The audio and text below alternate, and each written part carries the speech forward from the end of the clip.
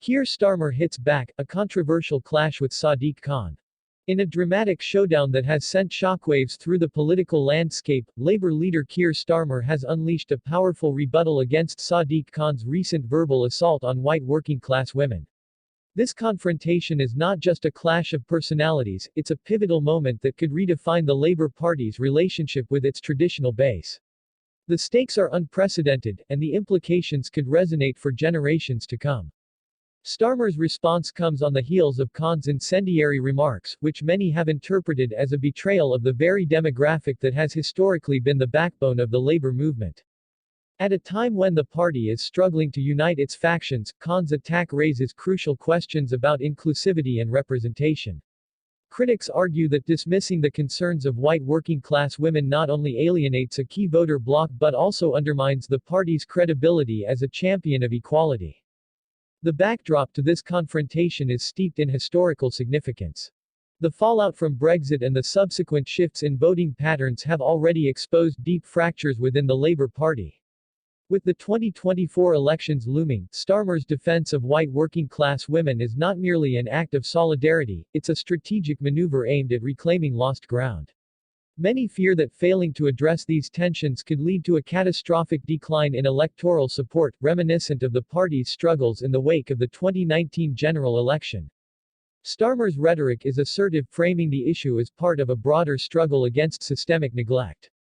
"The British people will not forgive us if we turn our backs on those who feel marginalized," he declared, emphasizing the need for a united front within the party.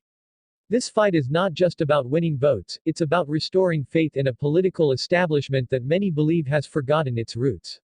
The urgency of Starmer's message resonates deeply, suggesting that the country stands at a crossroads. Khan's comments have sparked widespread backlash, with public figures and analysts warning of the potential fallout. Critics argue that his remarks reflect a dangerous tendency within the Labour Party to prioritize identity politics over the real concerns of working-class voters. This could mark a new era of influence where certain voices are elevated while others are silenced, an analyst noted, highlighting the risks of further alienation. Such sentiments encapsulate the fears of many Labour supporters who believe that the party is losing touch with the very people it was designed to serve. The implications of this feud extend beyond individual careers, they spotlight a fundamental ideological struggle within the party.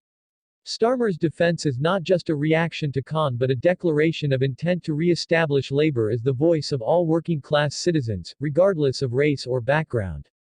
This strategic pivot could be the key to revitalizing the party's image and influence in the coming elections. As the narrative unfolds, it becomes clear that this clash is emblematic of larger societal tensions. The historical context of class struggle in the UK cannot be ignored, it echoes the battles of the past between the elite and the working class. By framing his response in these terms, Starmer taps into a rich vein of political history that resonates with many voters who feel disenfranchised by the current political climate. In conclusion, the confrontation between Kier Starmer and Sadiq Khan is not merely a political spat, it represents a critical juncture for the Labour Party and the nation as a whole. The fight for the soul of the party is underway, and it is a battle that will shape the political landscape for years to come. As citizens, we must engage with these discussions, for the future of our democracy is at stake. Join the movement, like, subscribe, and engage with our community. Together, we can ensure that all voices are heard and that the fight for a just and inclusive society continues. The time for action is now, and every one of us has a role to play in shaping the future of our country.